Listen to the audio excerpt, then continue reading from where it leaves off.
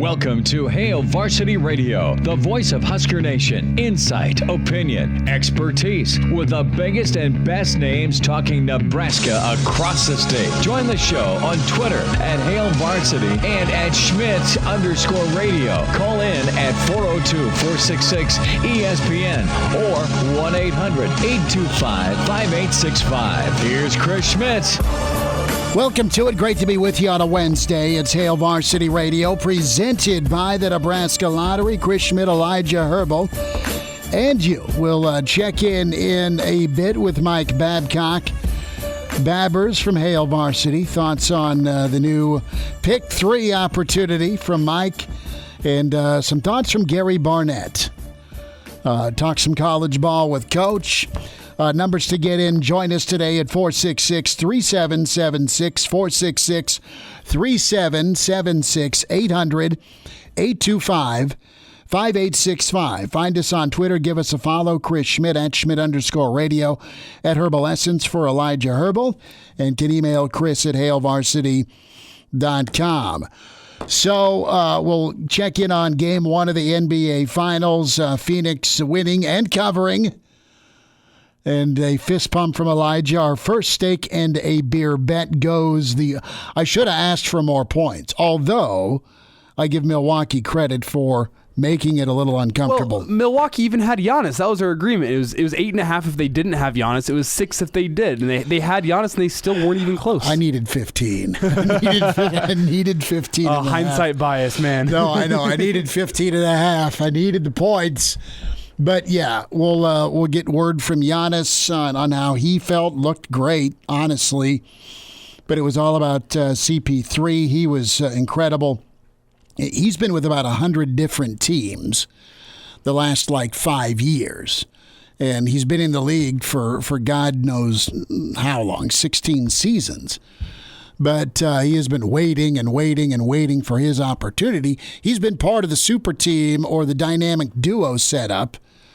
And finally, you get shipped from OKC to Phoenix with a team that has drafted well because they've sucked.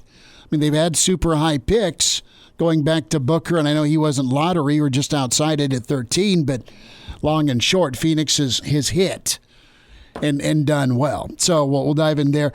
No Shuey today. Mike Shuart, Wilderness Ridge. Shuey's running and scoring a tournament. So he's busy. He is absolutely busy. So we'll catch up with him. Some reaction to the match. I watched that mostly last night, and I couldn't tear my eyes away from Big Sky. Oh, beautiful course. Oh, right? I mean, I even logged on last night to check into how does a fella go play golf there? Well, you need to book an extensive vacation package and stay on site, and then you get access to a tee time. And I think the green fees were I think the room rates were probably about $200.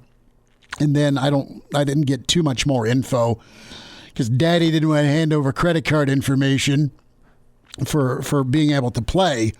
But that was sweet. Yeah, the people on Twitter that were talking about the course were saying that you can't play there unless you got an abundance of money. So I'm not sure if that's true or not, but they said that it is just a pricey course to go play. You go there for a week. Probably say you rock a 3 or 4 or 5 day weekend, and you're staying there. You're probably dropping $5. Wouldn't you think? Between golf course and lodging and eating and all of that. I don't know. I know it's out of my price range. Oh, yeah, same here. We need Mama to work. So we'll have some reaction to the match. That was good theater last night. We'll start off, though, with some Nebraska football. Full capacity. It's officially official. And everyone's going to be able to go watch their beloved Huskers. The question is, are you going to watch your beloved Huskers? You have a new mini plan that is out. This statement out by the University of Nebraska Athletic Department.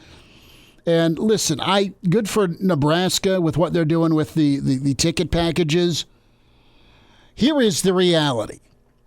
The reality is, at some point you've got to kind of churn towards my age demo and Elijah's age demo, and that is your your new, we've been going as a family for 40 years fan base, right? Because right now you still have a bunch of folks and some that started going during the Devaney era. You have some that have gone when T.O. took over. Some started rocking it when they got out of school when Solich was there, on and on and on, and we don't need to highlight or go over the transition that's occurred either in the athletic director's chair or within the head coach's headset. It's been a turnstile since, 2003. It just has been. So what you have now is this chance to regenerate. A chance to regenerate and do what pro teams have done, what minor league ballparks have done. You pick a sport that has a team, and they offer different ticket options. And Nebraska is giving you a chance to pick 3 from a group of 6. Ohio State's off the table. Totally get that, because that is your marquee game, possibly the number 1 team in the country coming in. But you'll be able to pick. You can pick 3 of the 6 home games. That's Fordham, that's Buffalo, that's Northwestern, it's Michigan, that's Purdue, and that's Iowa. And I think this is genius because, listen, you've not been in the stadium since 2019. As painful as Iowa was, that's the last home game you got to go to, most of us. So whether you're geeked about Fordham or not, it's going to be a win. All right? And whatever happens against Illinois, it'll be your first chance in a real game, not spring game, to be at Memorial Stadium and see a win. So Fordham, not the sexiest opponent, but it's an easy yes at last call. Buffalo, September 11th, not as sexy anymore with Lance down at KU.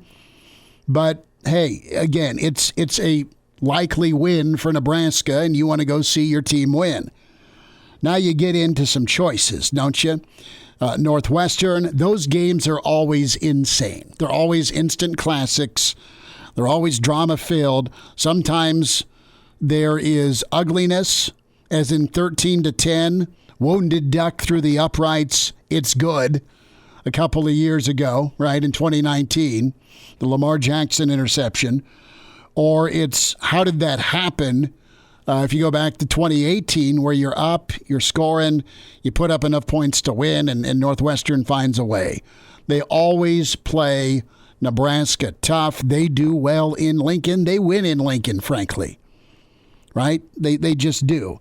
That is going to be kind of your starting point of a second season. Yes, I know you have Michigan State following Oklahoma, but you have a stretch here that will define your season if you're Nebraska. Illinois, you get off on the right foot, great. You build up, you see what happens against Oklahoma. You come back injury-free, you pray against Michigan State and get that bounce-back win. Well, Northwestern has won the division 2 of the last 3 years. Northwestern has been a thorn in your side since you've joined the league. Be it the last time you were ranked in the top 10, 2011, they came in and upset you right after you beat Michigan State. Remember that game? I was at that game. Right. You remember that game pretty well where you kill Michigan State and then, oops, little Northwestern and Jeremy Eber, stretches a slant route for a touchdown and you lose it 28-25. So Northwestern's going to be your tipping point game in the season, you could argue.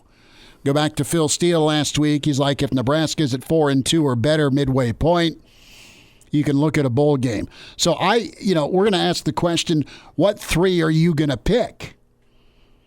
Are you going to go with, let me see some wins?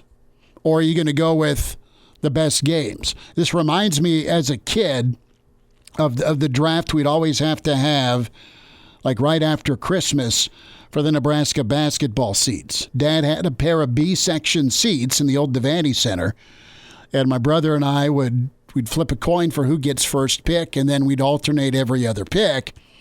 And I think for most of those junior high to high school years, I was able to get first pick. So I was always going to go watch Kansas. And then before my brother understood, that Missouri and Oklahoma State are pretty good. Some years I dirtied Kansas and Missouri just because he was young. But as he got older, he wised up and would take the next best game. With this, if I'm drafting here, I'm going to go. I'm going to go to the Northwestern. I'm going to go to all of them. But if I was sitting in the seats, I would pick Northwestern. I would pick Iowa, and I got to go Michigan. Michigan's not been here since 2012, so that's just where I'm at. I think Purdue's always an intriguing matchup. You got offensive minds trying to outwit one another with Braum and Frost. I think Fordham's good to see everybody back full again, and it's great weather. That's the other thing. Iowa, you'll likely freeze your what off. So do you kind of stick with the early to mid to late fall options? But that's where I'm at. As intriguing as the opener is, just being back, being full. I think I'm sticking with that Big Ten schedule. Potentially, you could move to 5-1 after a win against Northwestern at home, with Michigan following.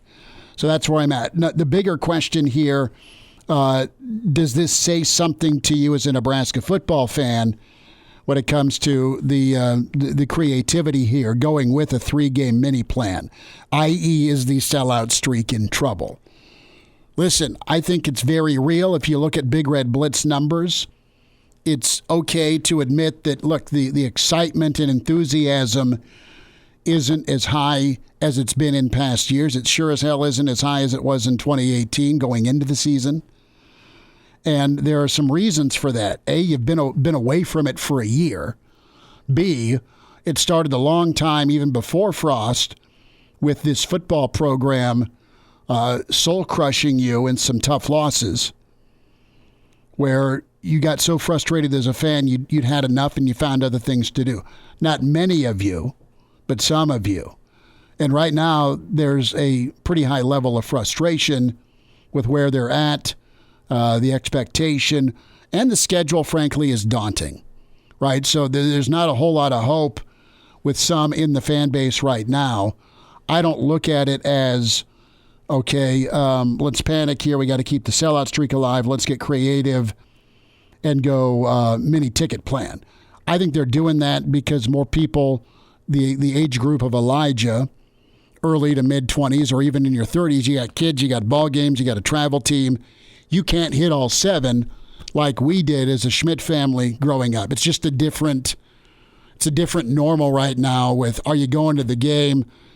Yeah, it was never a question 15 years ago, 20 years ago, even 10 years ago. It's waned, and part of that is performance through different coaching staffs. Yeah, and I think back to my youth whenever my family had season tickets, and what we'd do is we'd take a top game or two every single year and sell our tickets to that. We'd watch it at home and say, it's okay because we will pay for the rest of our season tickets. And I don't think you can really do that anymore. When you look at what the resale prices are going for on Craigslist for these teams, I mean, the resale value just isn't there anymore. You're lucky to get face value for your Husker seats since Scott Frost has arrived, just because nobody wants to go watch the Huskers lose. So you can't go sell those top seats. And then it becomes, I don't want to say a money issue, but whenever you have to put in a donation on top of season tickets. You don't need a seat license, brother. But to get yourself in the front of the line on that wait list, send a little donation. Right. And it's a lot of money. It ends up being a lot of money. If you can't get your money back, why would you want to go buy season tickets whenever now they have this 3-game plan where you can go buy the 3 games you actually want to see? You can cherry pick what you want to go see. It just makes sense in terms of what the success of the team is like right now. I don't think this is something they'd be doing if the team was going 10-2 every single year, because you wouldn't have to. Yeah, you wouldn't have to. The interest would be there, the resale value would be there, all those things. But right now, this seems like a good method to be able to get the seats full. I don't think it's a worry right now, but if the season or if the sellout streak becomes an issue, if it becomes a problem selling the seats, I think that is more of a worry for Scott Frost than it is for the people selling the seats. I mean, they're going to find a way to sell the seats the problem becomes if there's no interest in who the head coach is and what he's doing to the football program, that's whenever you got to make a change because it's dollars and cents at that point. Is it a ghost town because no one wants to watch anymore? Period. You can't stand the product on the field. And I don't think if we're just talking vocal minority versus the majority, I don't think people are there yet, but you're drifting towards that cliff.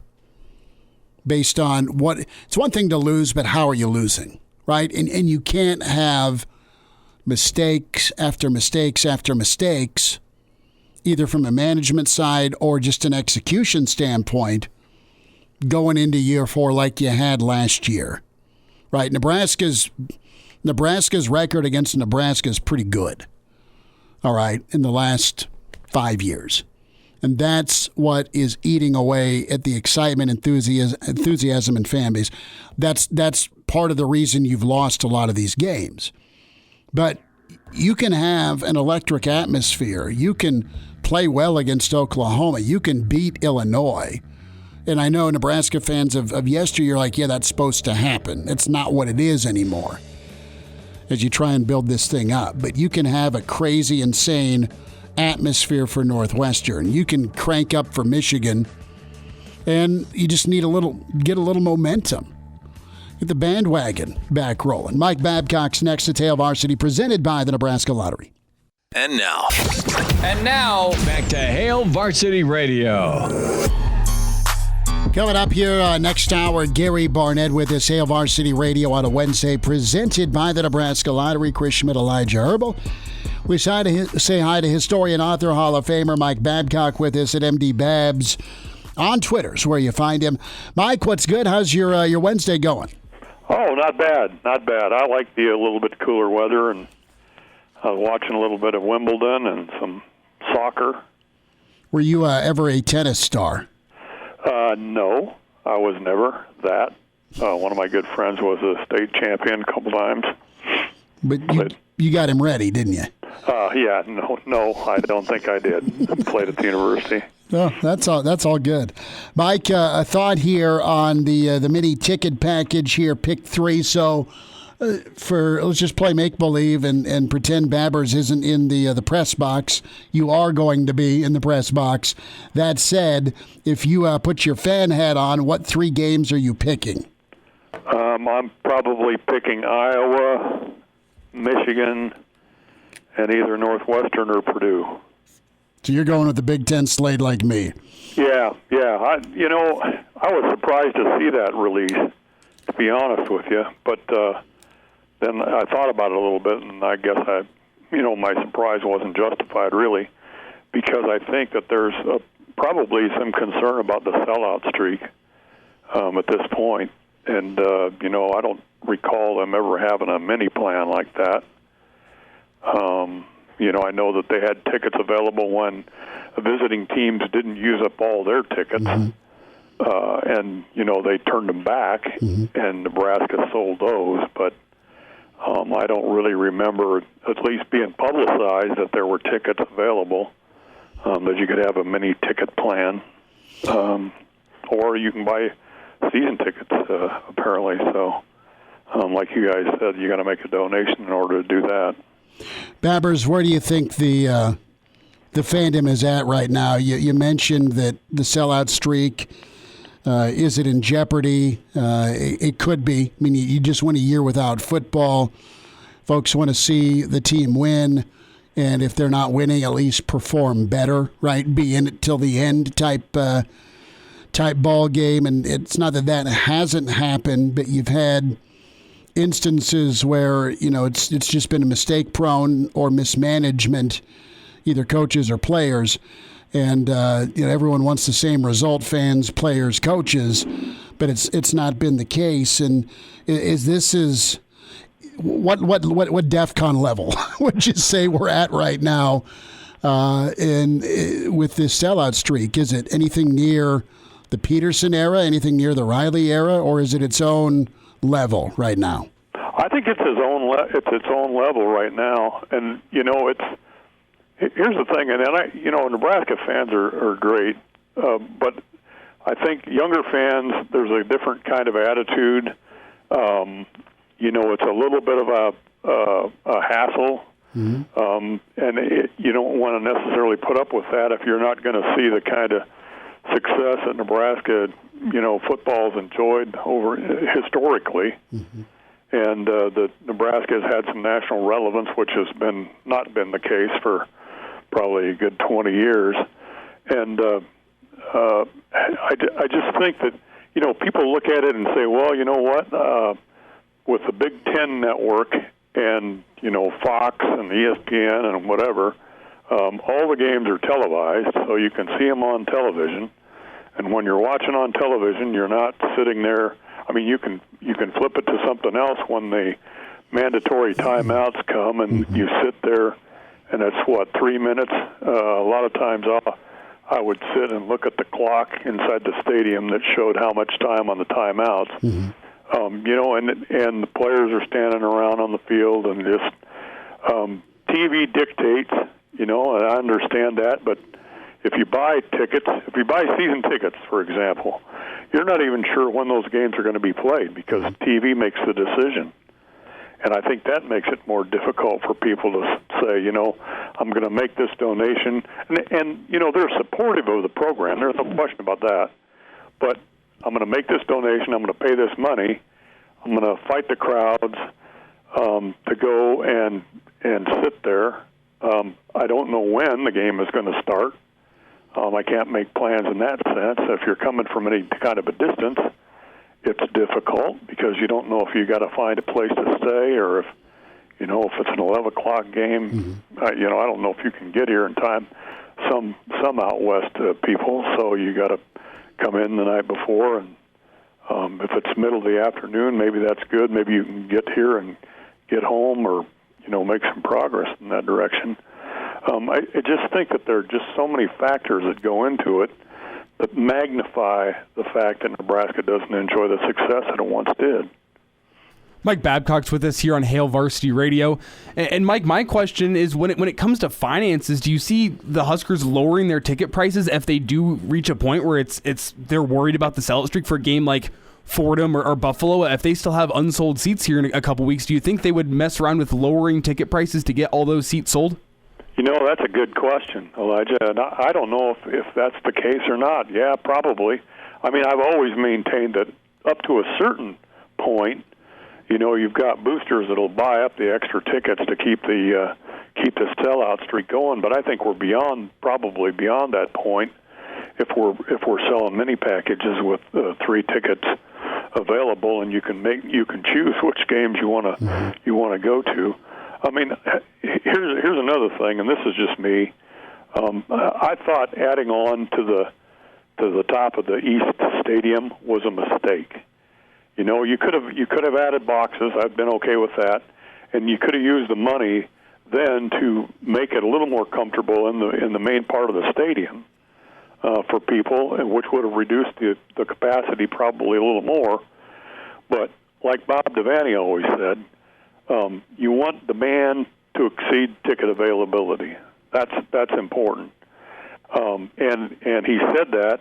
My recollection was that there was consideration to build a 100,000-seat stadium when he was athletic director between Lincoln and Omaha. Now, I might remember that wrong. Maybe that's, you don't remember things exactly the way they were.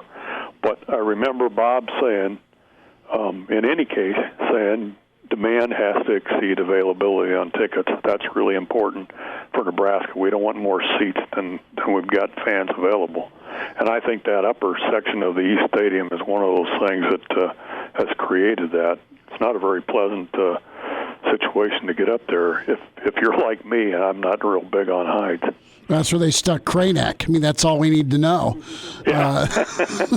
He knows I kid because I care. Now, have you guys ever sat up there? Oh, yeah. We sat up there for Tommy Armstrong's first start, and we still haven't gotten warm. Well, the thing is it's not bad. Like, you have your own little separate concession stand. The problem is the view up there is just, you feel so far from the field. You need to be buckled in, You need binoculars. I mean, you need to be buckled in because you're just straight up, and if you lean too far, that's the feel of it. I mean, it's gorgeous, it's well done, and from a concession standpoint, it's 2.0 compared to what I grew up dealing with, and I loved it. I mean, I loved army crawling through the old stadium to get to the west balcony. This is right about the time they put the first jumbo, the old Mitsubishi big screens, right, from '94 for the tunnel walk. But look at the stadium now with the suites and the west side and then the north side.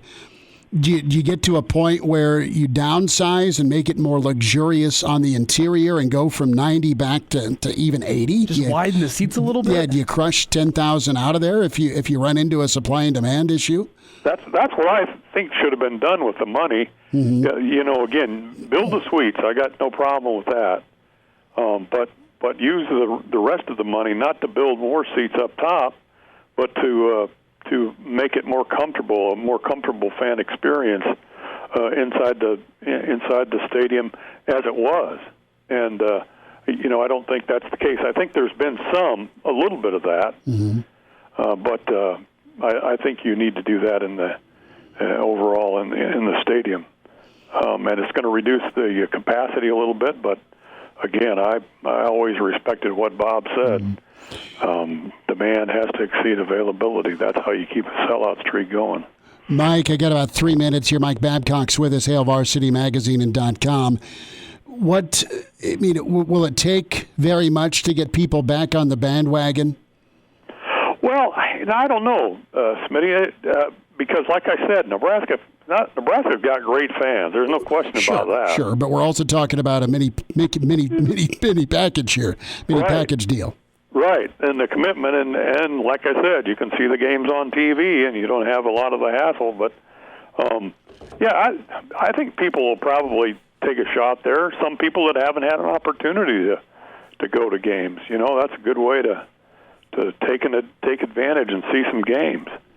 But I wonder about Fordham and Buffalo. I wonder how many people are going to be interested in those games. Maybe weather is a consideration, and you're going to get earlier in the season. That could be attractive as well. So maybe that's not a big deal. But when I looked at it and I thought, pick any three. Well, I'm probably not going to pick those first two. I'd pick Fordham. Fordham could be talked into Fordham if I'm a fan, because it's been a year since we've all gotten to go. And it's a win, right? Yeah. I mean, I think that's two things. Win and like you said, if Lance Leipold were still at Buffalo, I wouldn't necessarily say that's a win. No, I wouldn't either. He did a great job there, but he's at Kansas, so.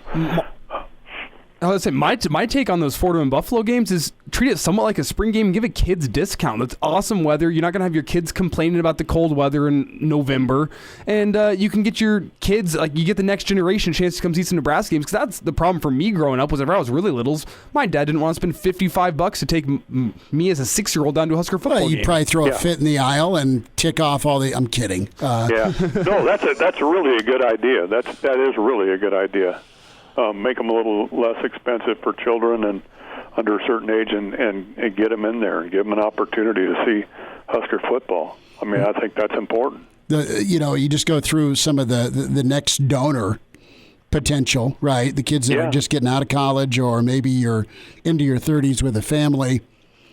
Is think back to that demo, that age demo. What's the biggest win they've seen, right? Babbers, you've covered this team for a long time. I've gone as a kid growing up here in Lincoln and covered the team for a little while too. And we've seen a lot of big time wins, but that 12-year-old to 25-year-old. Nebraska's Sparty was 5 years ago. Yeah, and that was a 6-7 football team. Babbers, can I keep you 5 more minutes to talk about the 71 defense? Yeah, sure. Whatever you'd like to do. All right, hang on a couple more minutes. Mike Babcock still with us from Hail Varsity, a Wednesday edition. Quick timeout, back with Babbers, Hail Varsity, presented by the Nebraska Lottery. And we're back. Fellas, think we could listen to the radio on Hail Varsity Radio, presented by the Nebraska Lottery. Yes! That's awesome! Thanks for spending time. Mike Babcock continues on with us. Hail Varsity Radio, presented by the Nebraska Lottery at MD Babs on Twitter. Some overtime here, Mike. Thanks so much. Love the Hale Varsity Yearbook. Incredible work by everyone at Hale Varsity. Your feature on 1971, that defense, and spending time with Big Larry Jacobson for the story is incredible.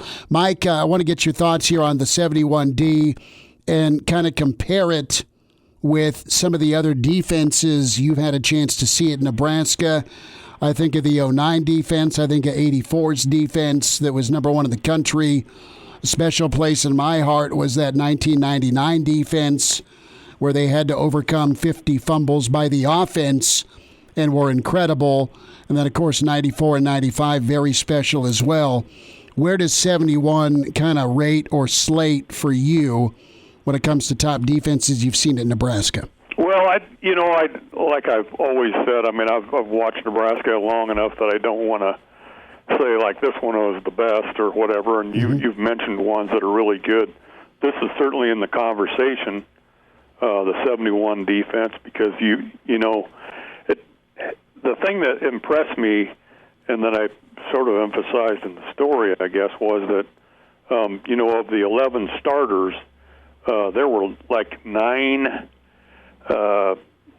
states represented.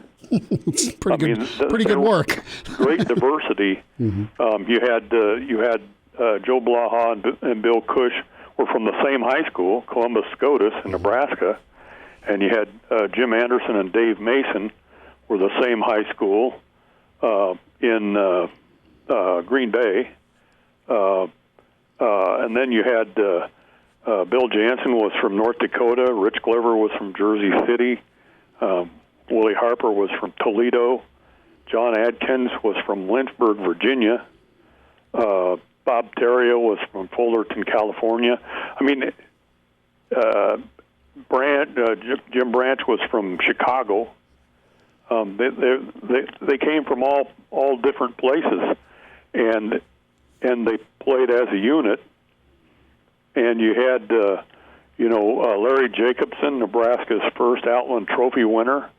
You had Rich Glover, who would later win the Outland and the Lombardi, the first Husker to do that.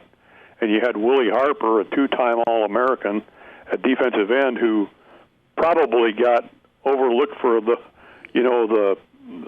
some of those awards because he played with guys like Jacobson and Rich Glover, and then you add in these other guys, Jim Branch and Bob Terrio at linebacker. The secondary, Dave Mason said he called the secondary brains and the guys up front brawn, because the secondary, I think 3 of those guys were math majors or something like that.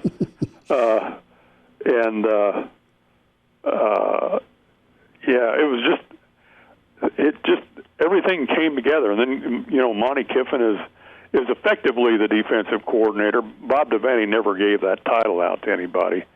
Tom Osborne was the first one to have anybody with the title. Monty had the title then, when Tom became head coach. But, and then you had Monty Johnson, who never started at Nebraska. Never started. But he was, now I'm going to forget. Was he a second-round draft pick of the Oakland Raiders? I think so. I wrote a story about him in the magazine as well, in the Legends. But he was a backup guy at tackle, and he played some end and he played some middle guard. I mean, that's a pretty remarkable. And John Dutton was in there. It was as a sophomore. He was a backup tackle. He's 5th pick overall by Dallas, 3 years later. You think about the talent that was on that team, on that defense, and you think of Game of the Century, you think of Johnny Rogers' punt return, and Jeff Kennedy and Jerry Taggy, and they were great players. You had a great offensive line there, gosh, that defense was really something. And statistically, the Oklahoma game kind of threw the statistics off a little bit, but not a whole lot. And the defense really was a key factor in that game, even though it was 31-35. that was just a remarkable group, I thought. And again, they came from all different places. That to me is pretty remarkable in itself. Mike Babcock's with us from Hail Varsity Magazine, hailvarsity.com. His story and feature on the 71 Black Shirts, second national championship squad that ran the table. You know, Babbers, before we say goodbye, I remember interviewing Monty Kiffin. He was in Tampa at the time, and it's been years, right? But Monty's a character, as great a football coach and defensive mind as he is. He's also a character, and I can just imagine Monty showing up to your house to make sure you sign the letter of intent, and how he'd entertain to get the job done and get you to campus. Yeah. Isn't that a crazy story? I mean, he had told Jacobson that basically if Jacobson didn't come to Nebraska, Monty didn't need to come back either. That's that's probably a apocryphal story, but yeah. And Nebraska's first Outland Trophy winner, he didn't even know what the Outland was when he won it. And back then they just gave a plaque, and then later on, they have the big function in Omaha now, and he got a replica of the real Outland Trophy. But and then to be followed up, by next year by Rich Glover winning that and the Lombardi Award. Nebraska's had more Outland Trophy winners than any other school. No, you win in the line of scrimmage, and that's a calling card for sure to have 8 of them, and you hope to get back to that level on the lines of scrimmage here in the Big Ten. Babbers, this was fun. Thanks for doing some overtime with us. Hey, great talking to you. You guys be safe. You too. There he is, Mike Babcock with us from Hail Varsity, historian, author, Hall of Famer at MD Babs on Twitter.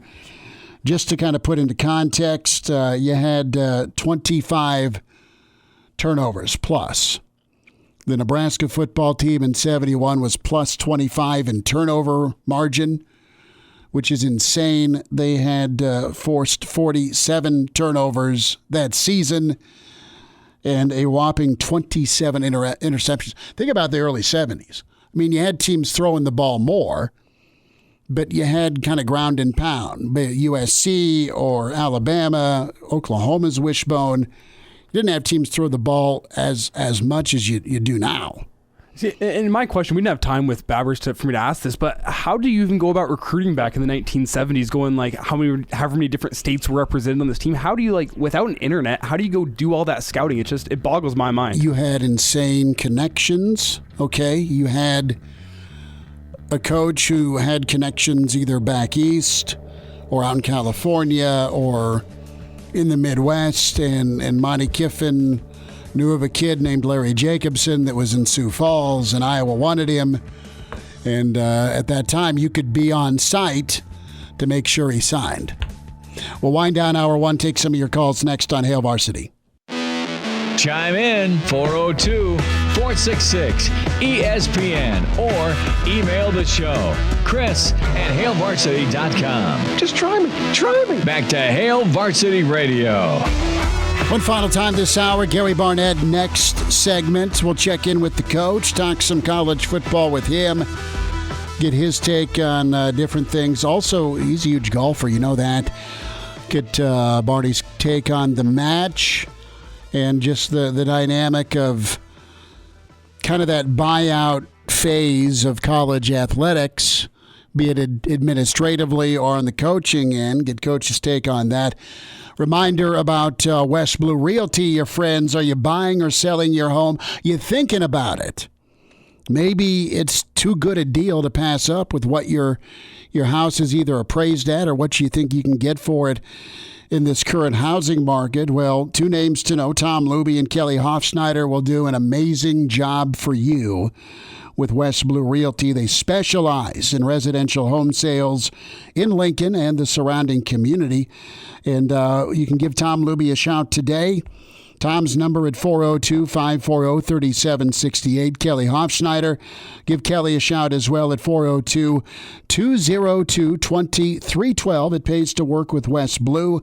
Can log on today, westbluerealty.com, and make an appointment. Go see Tom or Kelly today, 1120 K Street, Suite 200.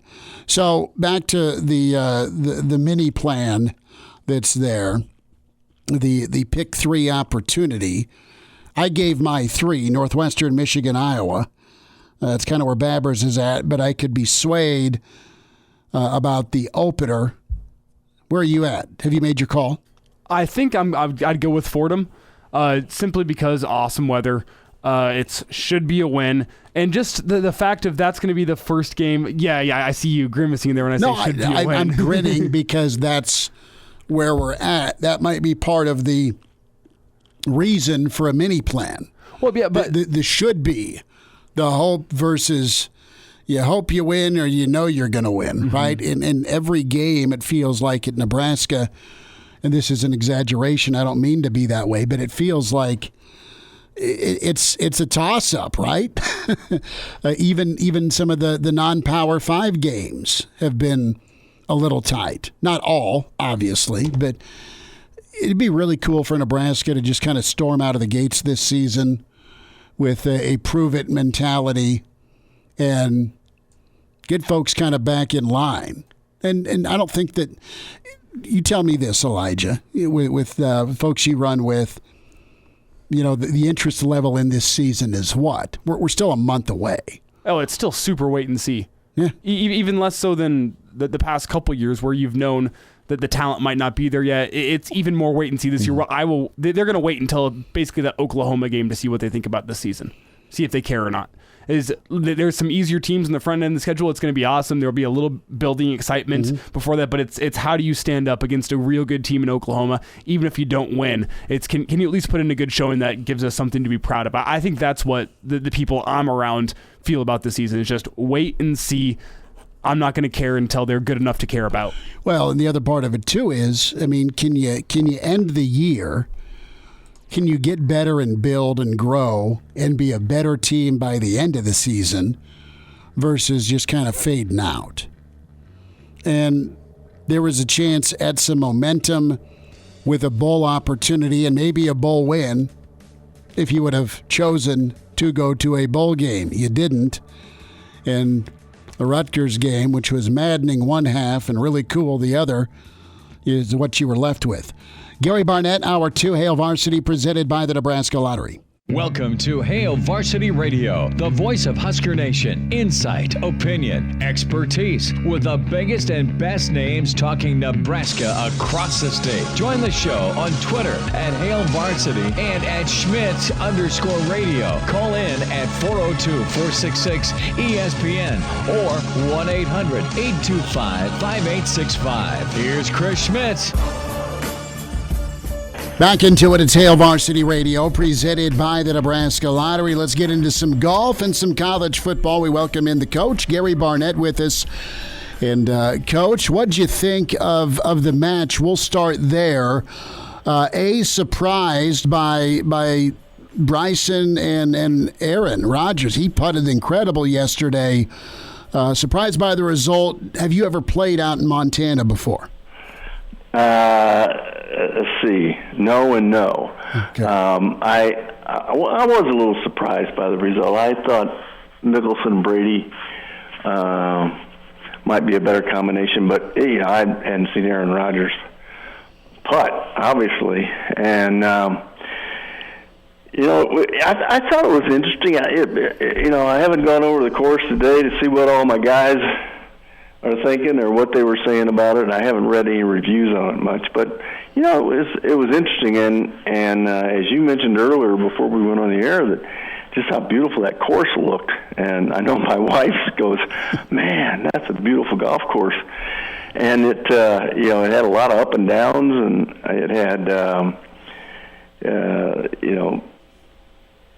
it looked really interesting to play. It didn't, to me, look like it was a great golf course, but it looked like it was really interesting and fun to play.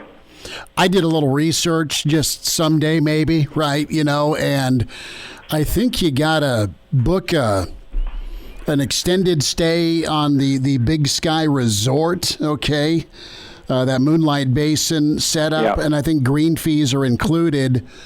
But man, I was like, well, is that something I can visit, or do they not want me out there, man? I mean, I'll wear a collar, I promise. I mean, I just, that'd be really awesome to play, because you get to play in Arizona, some incredible courses, and I'm sure there's fantastic courses in Boulder, just with the scenery and the setup. I mean, and I played at the Air Force out in Arizona over the winter, which the Air Force base was great. That was cool, but never played in the mountains. Like, that's something I like to do, Coach, is go even the Black Hills, take a roadie and see if there's a cool course in the Black Hills. I don't know, but you've played more golf at some pretty cool places more than I have. But that Moonlight Basin just looked so fantastic. But it was so much elevation change in those mountain courses, and that's what you run into. That you get a lot of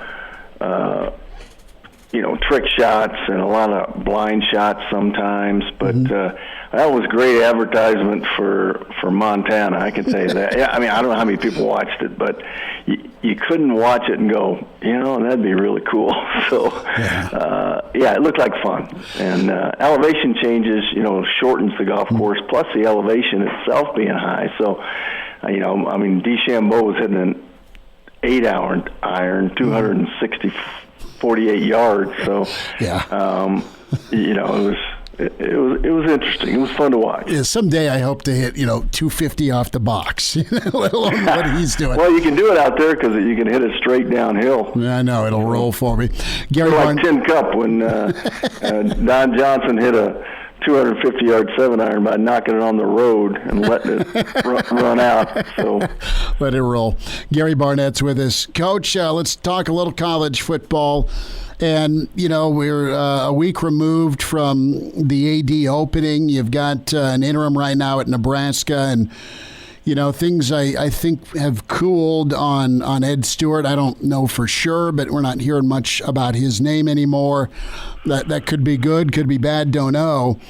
And, of course, you have Pollard coming out on a podcast saying he's flattered, but I'm good. Right now with that job, I'm interested here because Ronnie Green was out saying, look, by the end of July should be okay. But right now there's just kind of people are holding their breath with, what's next for the Nebraska gig. What was your take on Bill Moose getting about $3 million as part of the exit, part of the retirement? That seems good for Bill. I mean, I liked Bill, but $3 million, there's a lot of Nebraska fans going, hold on a minute here. He's retiring, or maybe he's not retiring, but he's no longer AD, so you're still giving him $3 million. There were some question marks with that. Yeah, and that's because most of us aren't privy to all the inner workings and what exactly happened, and but there's a good reason he's getting $3 million. And if you had the inside information, you could probably understand it. And I don't have that either, but I've been part of that kind of a thing. And then usually it's just because the general public doesn't know. They just don't have the details. And when you don't have the information, then you speculate and you question. But if you have the information, then I'm sure for both sides it was probably an equal and fair, decision and amount of money. So, but you just don't know, what's gone into a contract, what the discussions are, why it's all happening. You got to be on the inner circle to really know.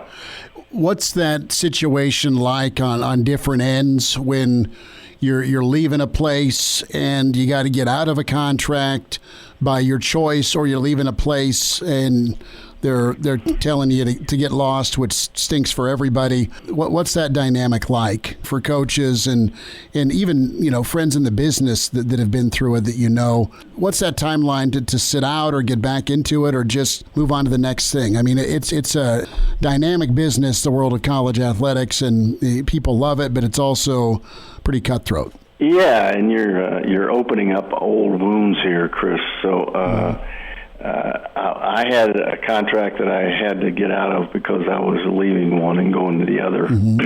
And I had,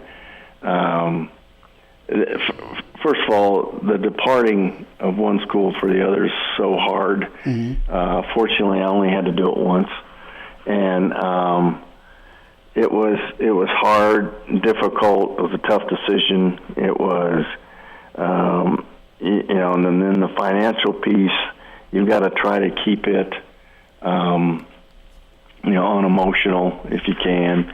I had to negotiate out of my contract. In those back then, when I made that move,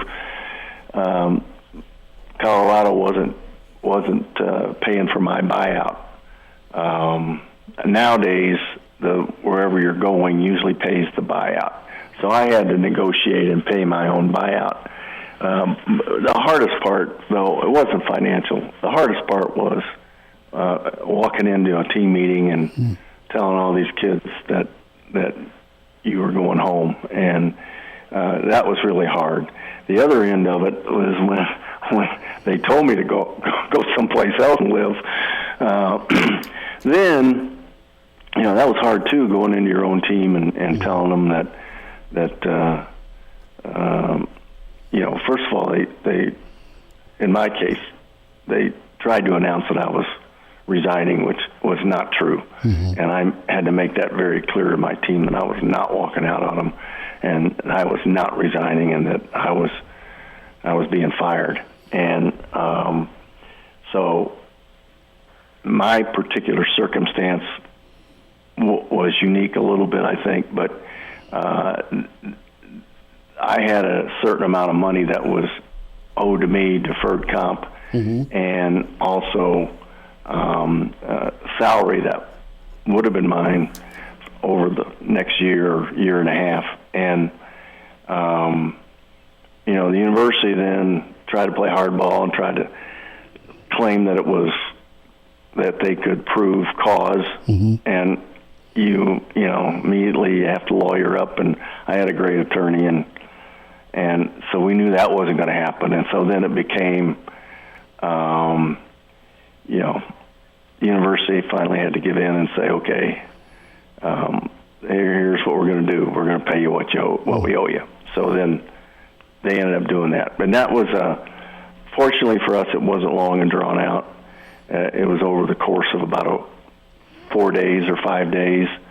It was miserable. It was, it was awful.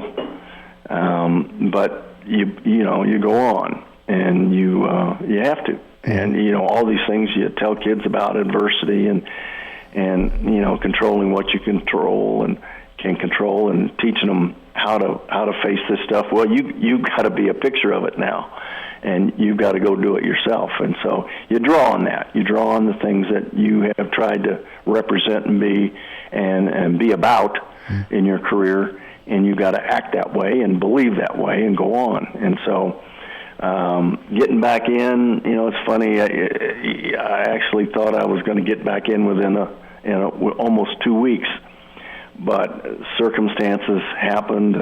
A game was won that didn't look like would be won, and so all of a sudden, that didn't happen. So then it was how soon do I try to get back in, and it's out of your control, really.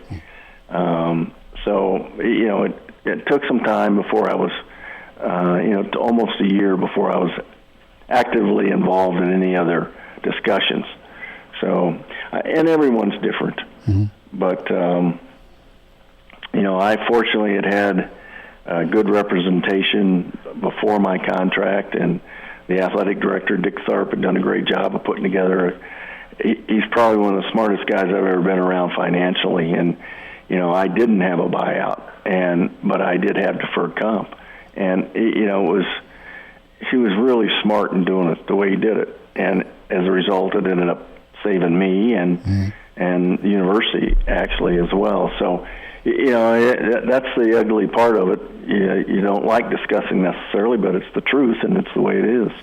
Gary Barnett's with us. Coach, thanks for opening up to us on your experience there, and I'm sorry we had to go there. And, no, that's okay. No, legit. I mean, I didn't mean to.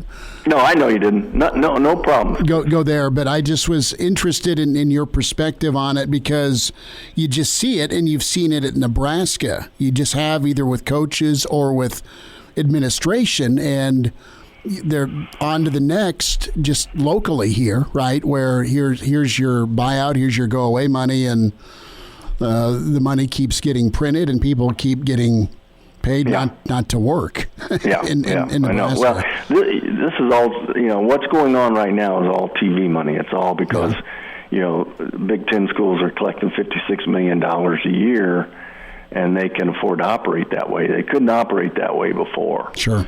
I remember when, back when I first got into college coaching, it would cost a university $1 million to change coaches, paying staff members, bringing in a new one, and then paying the new guys off. Well, $1 million then was a lot of money in the 80s and 90s, early 90s. But then all of a sudden the TV money turned around, and everybody's getting, they're able to pay guys more, and they would have more cash on hand to, go get somebody else. And it's, I'm not an athletic director, but I understand that, they've got to put seats in the stands. It's all about how many seats you can sell and how much excitement you can create. And, when it starts going south, you don't have a lot of choice. You almost have to make a move. And now they can afford to make those moves because they have a coffer that allows them to do it. University doesn't really pay that money. It's the athletic department that pays that money. And so, it's as in the business end of it now, they can make those moves where they couldn't make those moves before. Gary Barnett's with us on Hail Varsity Radio. Coach, I want to switch gears to recruiting, and what was your setup like either in Illinois or in Chicago when it came to in-state recruiting? Did you have one board, or did you have an in-state board and then a national board? How did you go about it? Well, in Chicago, we had to recruit nationally because there just were not enough. Here's the way I should put it: is at Northwestern, you have a very small pool of people to recruit from because of the academic standards. Every other school can go fish in that pool as well. So you have a lot of competition for those really good students that can play at that level. I mean, everybody goes after it. You got a lot of great schools out there. I can't go fish in their pool because of my restrictions. I can only catch a certain kind of fish. Mm-hmm. Well, their pools are big. They got a lot of different fish that they can catch. So because of that, we had to go nationally to find more pools to recruit from. So we always wanted to look at Chicago first, just because people we were known there. I remember when we first started recruiting for Northwestern, we would make a phone call to a kid in Texas, and we'd say, "This is Gary Barnett. I'm at Northwestern University, part of the Big Ten in Chicago, Illinois."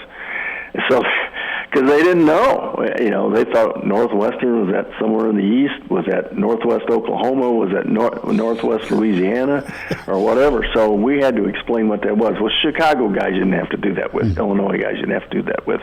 But you had to do that with kids in Florida and kids everywhere else. So, you didn't have the same identity with those schools that you do with Chicago kids or Illinois kids. Gary Barnett with us, Hail Varsity Radio. We'll catch up with Coach next segment. More on recruiting in-state and out-of-state on Hail Varsity.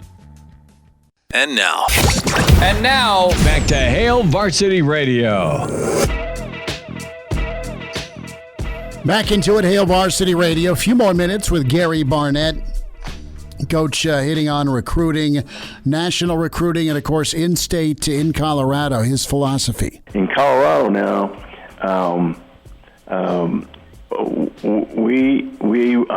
because I was a high school coach in Colorado for 11 years and a small college coach in Colorado, I was a Colorado guy, and I knew how many good players there were in the state, and I believe there were a lot of good players in that state. The issue you have is the coaches you hire are all from somewhere else, and they think all the best players in California, think all the best players in Texas or wherever they're from. And so I had to beat it into my guys that we are going to recruit Colorado first, and I put every coach in Colorado, I gave them an area, and they were responsible to go to every one of their schools in that area. And I had at the end of the time, I had guys that never would have recruited a kid from Colorado, standing up for a kid from Colorado because he went out to see him and watched him and had been around him for a couple of years. And so it changed and enhanced our Colorado recruiting quite a bit. Now, since then, staffs come in that have nobody from Colorado and absolutely no ties there. So they're going to recruiting all parts of California, all parts of other states. We always did California and Texas because we knew that's where a lot of players were, and we had a lot of students at University of Colorado from those states. But that was an issue. Was there a position group that was especially more of a Colorado flavor? Did you go look at linemen from your region, or did you have pretty good skill guys when you did look either at Denver or some of the surrounding areas? We had a pretty good mix of all of that. We had a couple quarterbacks that came out of Colorado that were good, a bunch of running backs out of Colorado. I mean, linebackers. We had linemen. We have a lot of defensive linemen, but we did have a couple. I recruited 3 defensive linemen from Colorado. So, it was a good mix. We had a little bit of everything. Gary Barnett's with us. Coach, we'll let you get out and enjoy your golf. So NIL's been big. It's been going on for a week plus. You've got gyms from Miami boosters. You've got fast food. You've got podcasts going on. Did you ever endorse anything as a coach? Were you a pitch man for a product at all, either at Northwestern or Colorado? Not at Colorado. In Northwestern, I did 2 Chevy commercials, and then I did I think 3 or 4 national Burger King commercials. Did you really? Yeah, and it was interesting. I mean, they were a hoot, and we had a lot of fun with them.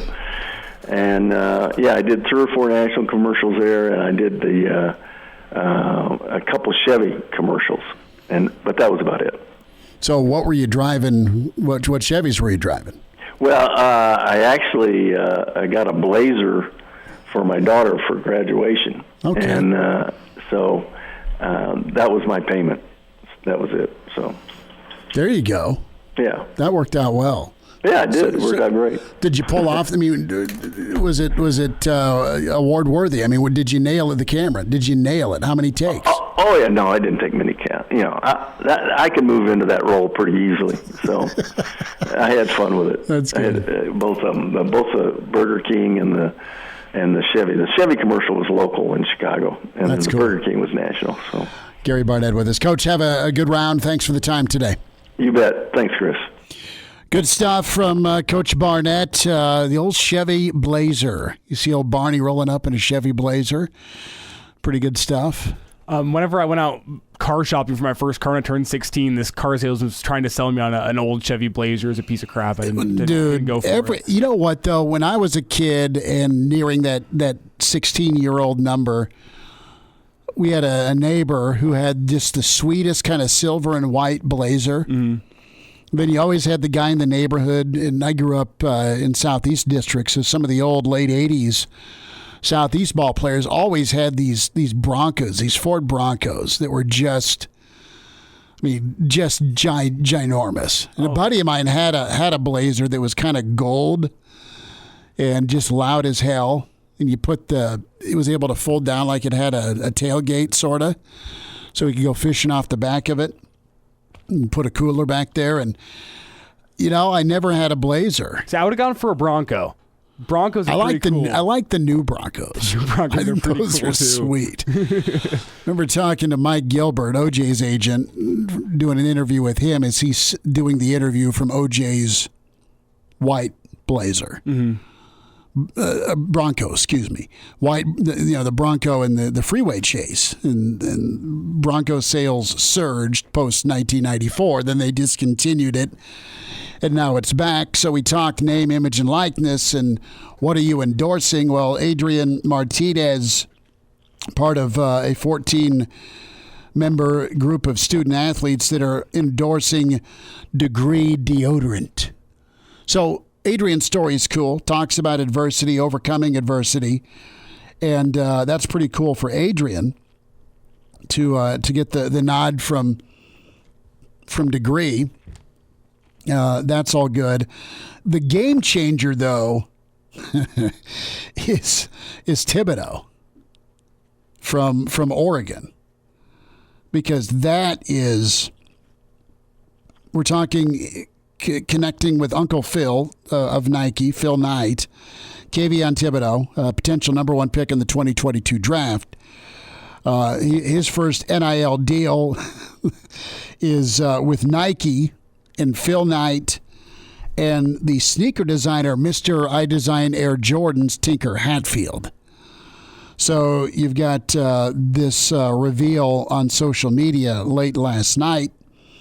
So I don't know if Thibodeau's getting his own shoes, but they're going to be inspired by Thibodeau. And he's the dude, right, off the edge. And he's been playing great ball for a long time in Oregon.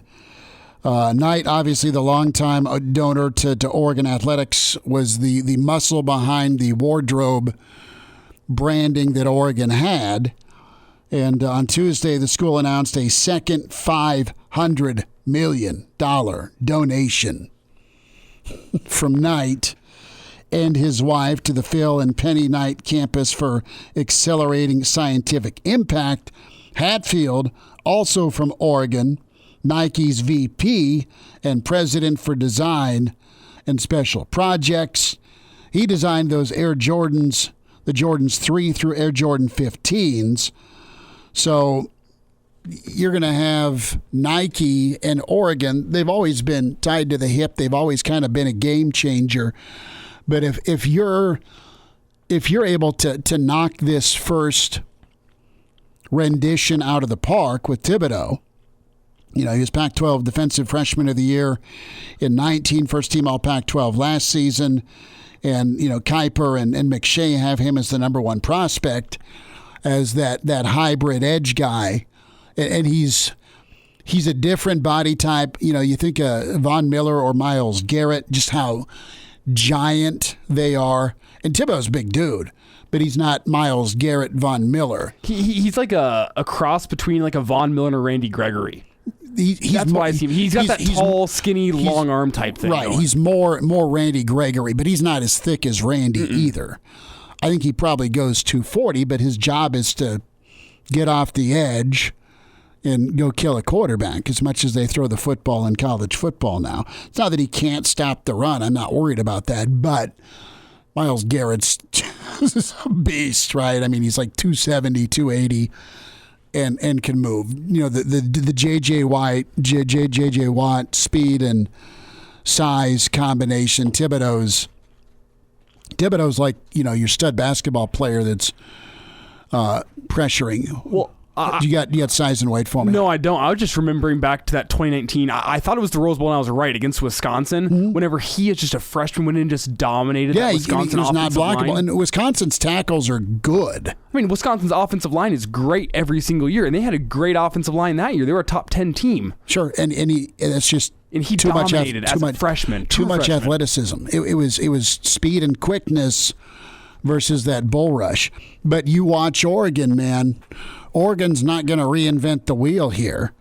They're just going to use what they got, and what they got is that connection to Nike And if Thibodeau hits it out of the park with the Nike-themed Thibodeau shoes or his input on Oregon, that's a game changer recruiting-wise, isn't it? How many kids would want to go to a school that's going to let them have input on what guys are suiting up and lacing up every Saturday? That's so cool. Right? That's one of those things that's just so cool. Right? You can't top that. You can't beat that unless you're Adidas and you have a player rep do it per Adidas school. And I mean, Nike's not going to do this for everyone. Nike's going to do it for Oregon because Uncle Phil's down with Oregon.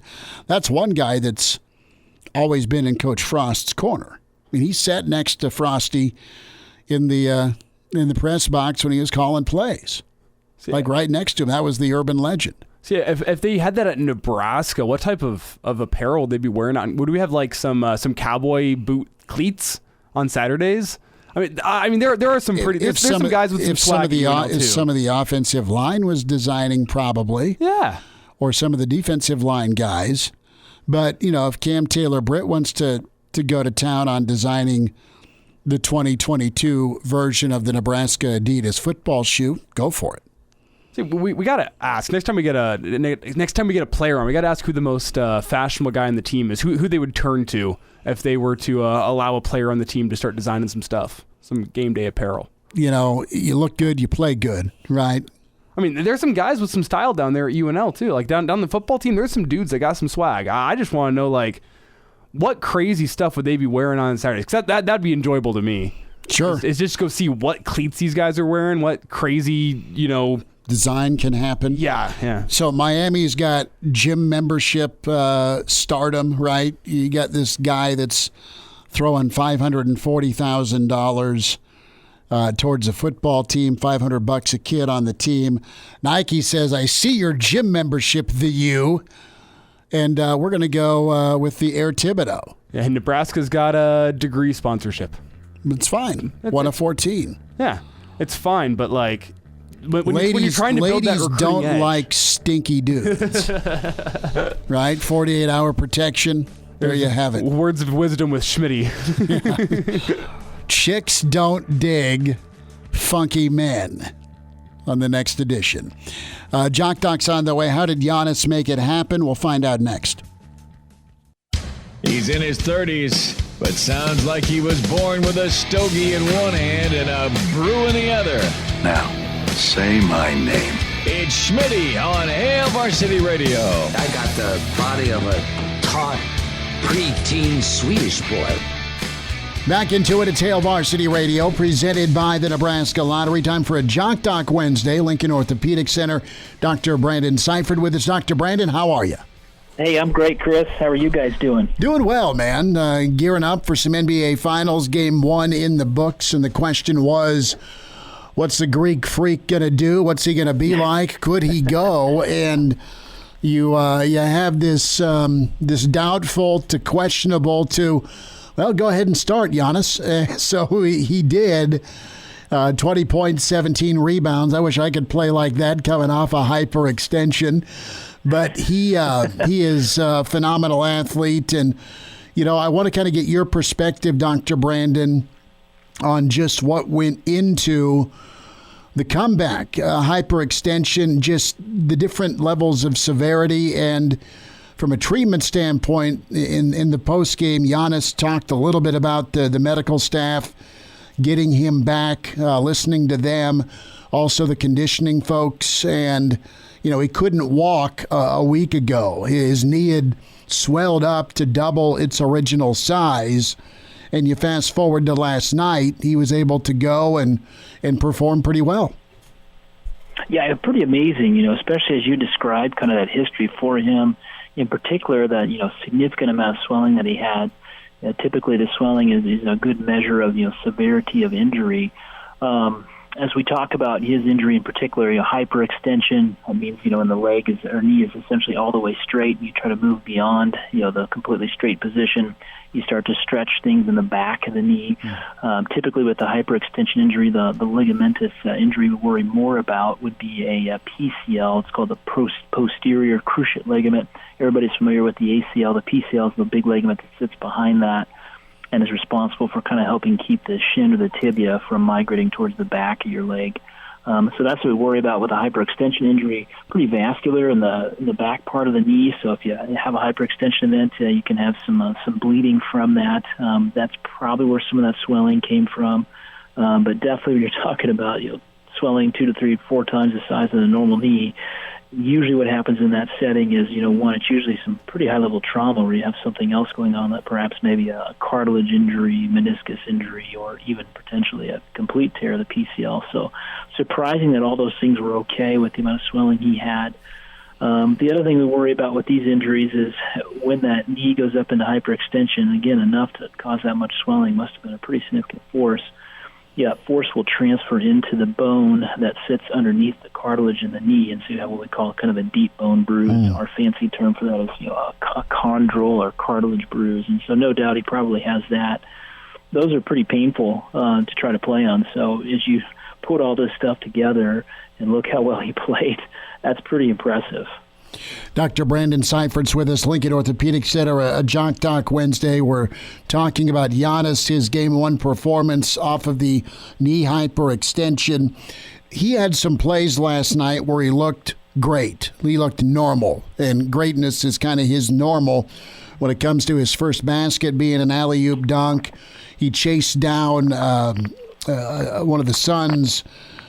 Great acceleration to block a shot, going towards the rim. So he looked fine. Long term, say this thing goes 7, say it goes 6 beyond a normal sweep. What's the mileage, the wear and tear going to be like for him? Now, there's a couple days off as we get deeper into the finals between games. That'll be great for him to get rest. But, I mean, this is... He's gearing up for one more run here because of where they're at. Milwaukee's not been in the finals for forever, our lifetimes for sure. So what's the long-term potential effect of doing this? I don't think Milwaukee clear him despite the stage they're on. That said, this is going to be pretty heavy-duty lifting for him. Yeah, absolutely. And so, at that level, with the kind of investment they have, in that player, I would be shocked if, they let him play on, a torn meniscus, for example, or, a significant, cartilage injury. If it's just more of a kind of that deep bone bruise that's there, in the setting that he's in, the playoffs and everything, you're probably looking at that and saying, well, it's tolerable, let's go. And that's reasonable. As long as you can maintain that, good quad strength, good quad function, the muscle kind of above the knee, that kind of keeps everything else safe. As long as you're maintaining that okay and you're kind of managing the swelling well, then that's very reasonable to play. Durability-wise for him, that's a good question. You start getting deep into some of these playoff series. I think about the number of minutes he's playing, but also his game. He's not really standing out there just shooting. He's driving. He's doing a lot of jumping, all the things that are going to really irritate that knee. And so, durability could be a real issue for him, especially if this is one of those cartilage bruises, those deep bone bruises. Obviously, that's a volume issue. The more volume and impact you're putting through that area just continues to get more irritated, more sore. And that could be an issue for him as they get deeper in the playoffs. Again, I would suspect he has at least some kind of cartilage bruising, chondro bruising in his knee if he had that much swelling. Do you give him a minutes count? We talk all the time pitch count. Well, do you watch his minutes beyond? Okay, you didn't get game 1. Do you sell him out for game 2 here to try and even the series, or do you just kind of play it by ear with how he's feeling? Because he's going to go. I mean, I can't imagine the pain he's dealing with to try and get out there. And you're right on with his style of attack to the rim, the amount of spins, his brute force. I mean, all of that with the athleticism mixed in. I mean, even an 80 or 85% still looks, all NBA great. Yeah, that is such a tough kind of management question. Do you do a volume restrict some minutes, or do you just kind of go off tolerance? And most of the time, we mainly base it just on how they're feeling. If they've got a little bit of achiness going on, but they feel like they've got good quad control, they're not, limping up and down the court, they're not looking, terrible after the game, walking around, then I think you just keep playing based upon how those symptoms are. Obviously, the moment you kind of start to drift into either sharp pain while you're playing, or to the point where you kind of see him kind of hobbling or limping going up and down the court, then you probably need to start thinking about limiting some of those minutes. He was able to go 35 minutes last night, but 20 points, 17 rebounds, incredible. When it comes to treatment, what's the Milwaukee staff likely to be doing, Dr. Brandon, after the game, between games? What type of management can they do to help out with this post-hyperextension? Yeah, the most important thing we've talked about a couple of times is it's mainly getting that quad muscle back. So 1, manage the swelling. 2, once you really can kind of knock out the swelling, it's really working hard on trying to get that quad muscle back so you have good control. And then the third thing becomes just being able to kind of maintain that kind of ongoing kind of quad strength and not getting behind kind of on the swelling aspect. Because no doubt he's going to have at least some swelling during the game, at least for these first probably 3 to 6 weeks. So trying to manage that's going to be really critical. In the process of doing that, though, it's you play the game and then you just shut it down the rest of the day. You don't want to be doing extra weightlifting that's going to irritate this. You don't want to be doing extra practice during the day that's going to irritate this. So you're kind of just a game guy and managing swelling, hitting the quad, and that's what you're doing. Show and go for the Greek Freak. We'll see how Game 2 shakes out for Milwaukee against Phoenix. A Jock Doc on Giannis. Dr. Brandon Seifert with us, Lincoln Orthopedic Center. A Jock Doc Wednesday on Hail Varsity. Dr. Brandon, we'll get caught up again. Thanks for the time. You bet, Chris. You guys take care. Miss us? Come here, brother. Give me a hug. Bring it in for the real thing. We're on call for you. Catch the podcast at hailvarsity.com, the ESPN Lincoln app, or download them on iTunes. Saddle up, partner.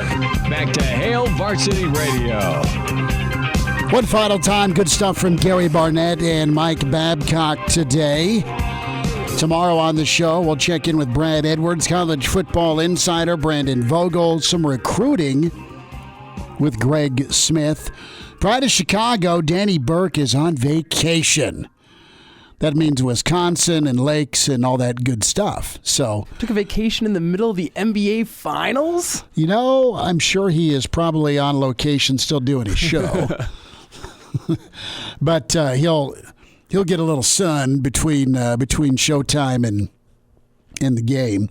Reminder to buckle up with your friends at the Nebraska Department of Highway Safety. There's over 1,500 crashes each year in Nebraska involving an impaired driver, driving drunk, buzzed, or high. Never acceptable, and law enforcement officers working every day to stop it before more people are killed or injured. If you're going to drive, don't drink. If you do drink, designate a sober driver or get a ride share. And a DUI costs more than you think. Brought to you by the Nebraska Department of Highway Safety Office. So good stuff today. We'll dive into some more football thoughts. We'll see if we're any closer tomorrow to an AD announcement. Maybe not, maybe so. We shall see. But interesting kind of rundown we didn't get to today.